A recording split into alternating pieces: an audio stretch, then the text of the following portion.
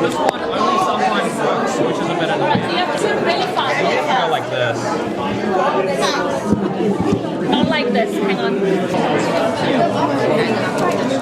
Thank you for attending the formal opening of the Ethnic STEM Expo.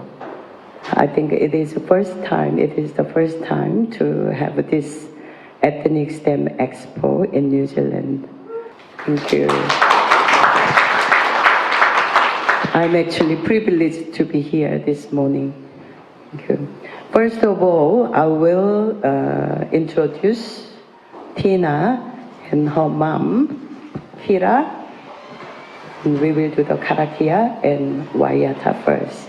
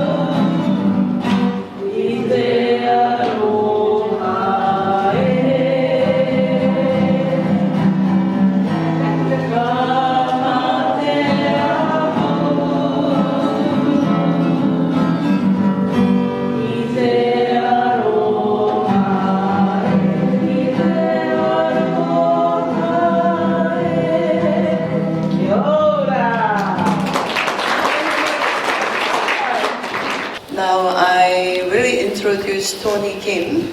He is the co-president of the Korean Youth and Cultural Association. He will have a few words. Tenakoto katoa. Ladies and gentlemen, thank you for coming to our Ethnic STEM Expo today. Special thanks to Najarin Shaban, who is a senior advisor community partnership. Sungwoon Jung, director of the Korean Education Center in New Zealand. Thank you very much. We welcome the young students. Your participation is greatly appreciated.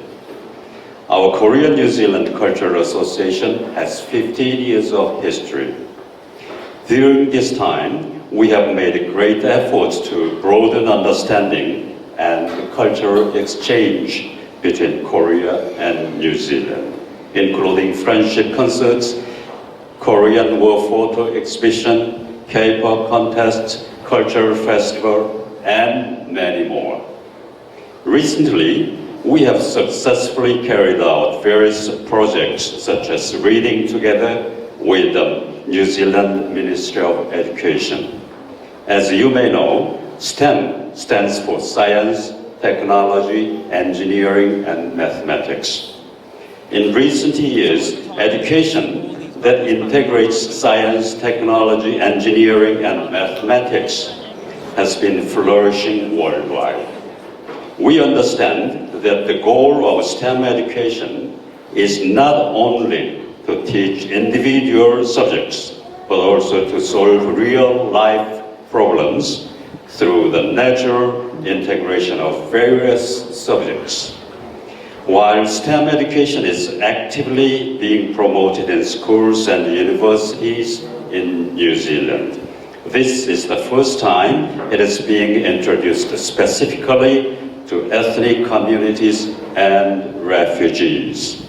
In the future, our Korea-New Zealand Cultural Association will plan various projects for ethnic communities and marginalized groups in New Zealand. Today's event has been arranged to gather STEM experts and stakeholders to have more detailed discussions. We hope you gain valuable information. Please enjoy. Thank you.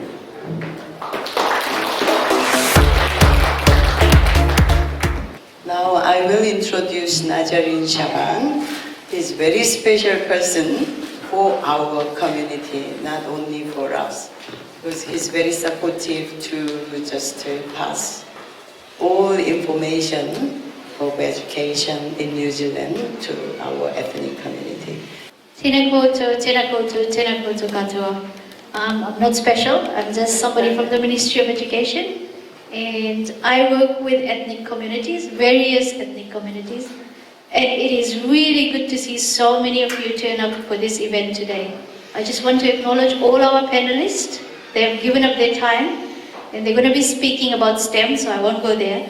I'm not an expert on STEM. However, I do want to mention and acknowledge Diane and everybody who helped out today. Everything was just planned, everything was here when we arrived. On 25th of May, there's going to be STEM-a-thon, Unplugged. Unplugged because it's an event that's going to be offline, so you don't have to use your, kids don't have to use their computers. You just have to use the computer up here, hopefully, with parents' help, of course. That's going to happen on 25th of May. And then it's going to happen here. On the 22nd of June, kids will be entering a competition and they will be presenting their STEM-a-thon designs, prototypes, activities, whatever they've done. They'll be presenting to a group of judges, and then they will be, the winners will get something on the day. That is, I have to mention that so you as parents understand and encourage your children to take part in the STEM-a-thon activities that will come up.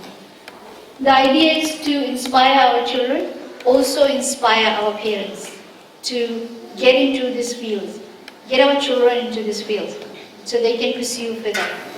But I will not take up much of your time. I just want to acknowledge Diane and Tony and everybody else who's working behind the scenes. And now I will introduce Director Soe Choy from the Korean Education Center in New Zealand. He will have some congratulatory message for this event. Kia ora, 안녕하세요. I'm 성은정, the Director of Korean Education Center in Aotearoa, New Zealand. 저는 한국교육부에서 온 뉴질랜드 한국교육원의 정성훈 원장입니다. I extend my congratulations to the Korean New Zealand Cultural Association and the Ministry of Education for organizing this wonderful event, and I'm pleased to have the opportunity to participate. 한류문화원과 뉴질랜드 교육부가 이런 멋진 행사를 개최한 것을 축하드리고 참석하게 되어 기쁘게 생각합니다. I have come to appreciate the significance of this event in instilling creative dreams in Korean children. In addition, I heard this expo is the first time for ethnic students, and that fills me with immense pride. 이번 행사는 자라나는 아이들에게 창의적인 꿈을 북돋아주기 위한 멋진 행사라고 생각합니다. 또한 이 엑스포는 소수민족 학생들을 위해 처음으로 열린다고 들었는데 정말 의미 깊은 순간입니다. In our ever-changing global society, diversity and harmony are key words for progress. And in the era of fourth industrial revolution, integrated education in science, technology, engineering, and mathematics emerges as crucial for preparing our children for the future. 변화하는 국제사회에서 다양성과 조화는 발전의 핵심이며 특히 4차 산업혁명 시대에 스템과 같은 융합교육은 우리 아이들이 미래를 준비하는 데 핵심입니다. 한국에서도 스템 교육이죠. 한국에서도 아트까지 포함한 스템 교육을 아주 중요시하고 있습니다. The Ethnic STEM Expo conveys a powerful message about the direction in which our society should raise our children. I applaud again the tremendous efforts and passion for hosting this splendid event. 이 엑스포가 우리 아이들을 길러내는데 중요한 메시지를 가지고 있다고 생각합니다. 다시 한번 이 엑스포가 열릴 수 있도록 노력하신 것에 대해 박수를 보냅니다. I wish everyone a healthy and safe conclusion to the event. 모두 건강하게 엑스포 마무리하시기 바랍니다. Thank you. 감사합니다. Hi, morning everybody. My name is Soe Choy. Not only am I Diane's daughter, I work as an operations manager for Ministry of Business, Innovation and Employment. It feels a bit funny being up here because I'm an arts student, but it's great to hear that arts is also part of the STEM whānau as well, yes. So we're going to keep this really casual because it's about hearing from our industry experts and panellists.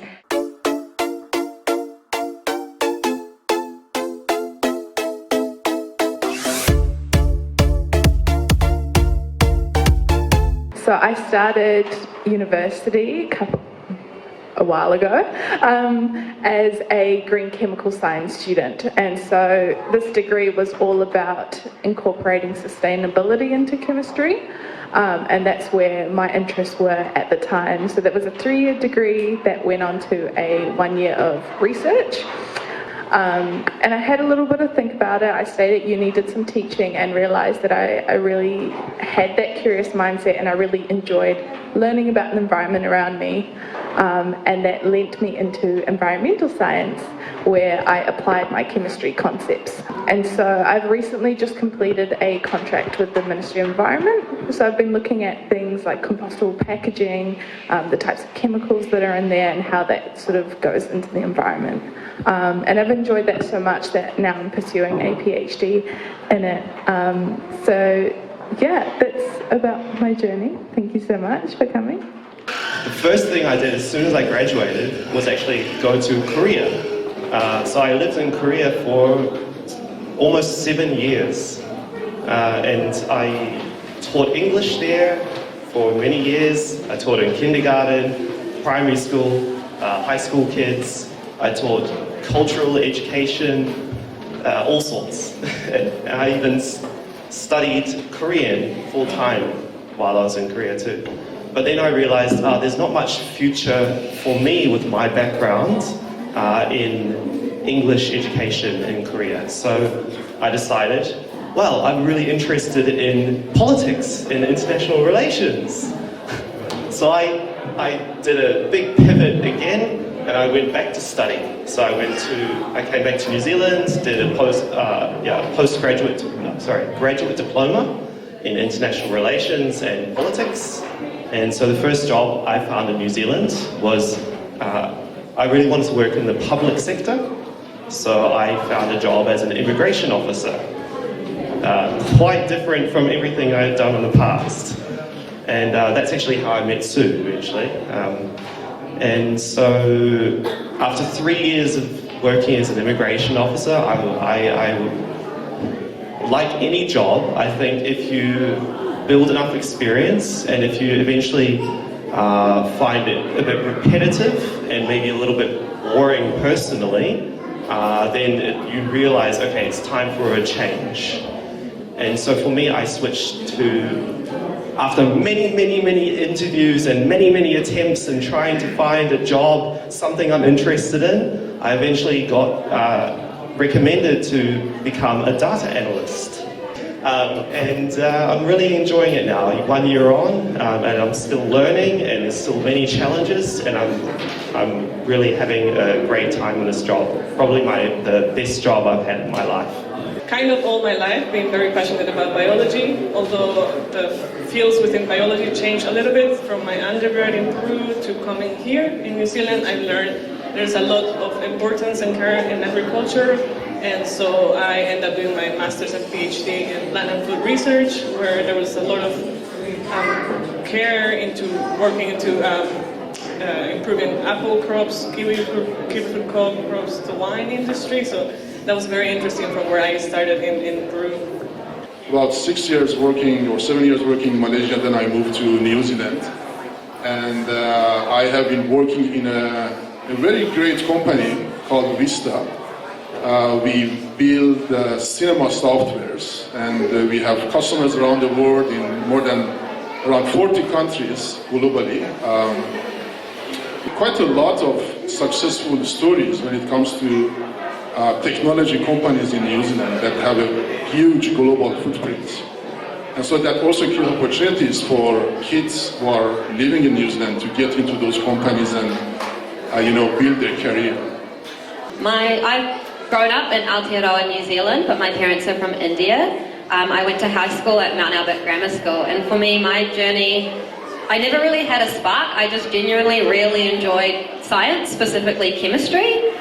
So when it got to the end of high school and everyone's like, oh, what do you want to be? I thought I wanted to be a lawyer. But at Auckland Uni, you have to do it as a double degree, as a conjoint. So I was like, well, I really enjoy chemistry, so I'll do that alongside my law degree. And as we went along, I was like, actually, I don't enjoy law.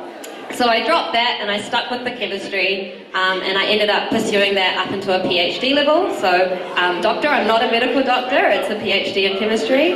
But then when I was in my PhD, I realized that actually where my passion was education. So now I work as a project manager at Te Hononga Akaranga Comet, and my main role and my passion is actually sharing that passion for science with kids. So it's all about getting more rangatahi into STEM careers, or igniting that passion in themselves, showing them the relevance of STEM skills in everyday life. That's what I do on a day-to-day basis. It's basically connecting, inspiring, empowering all the women to persuade a career in STEM. It is. Yep. Ignite is a summer camp for years 11 to 13, where we bring on students for a week to bring them to the university campus, and we also give them a week at the dorms and get to experience what the life of a university student is like. We make a lot of bonds with the students and staff, and sometimes have mentors to help you throughout your university.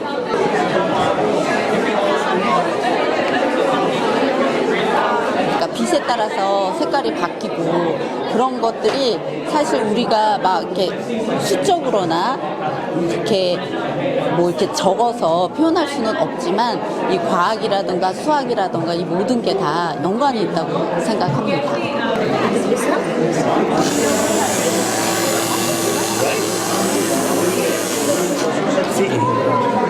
See what happens? It's a magnet, right? Magnet. Opposite colors attract. What we have here is electrical engineering. So what we are doing here is we have some experiments that are set up to teach kids about electrical engineering concepts in a way that's really interesting and they're enjoyable.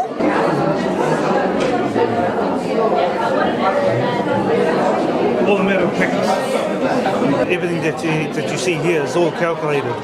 It's also the science of the designs also have to do with what they call history. 굉장히 많은 분들이 오신 것 같고 되게 활기찬 분위기와 좋은 기획인 것 같습니다. 子供から大人まで全世代の人が楽しめるイベントで、私もちょっと少しサイエンスに興味が湧きました。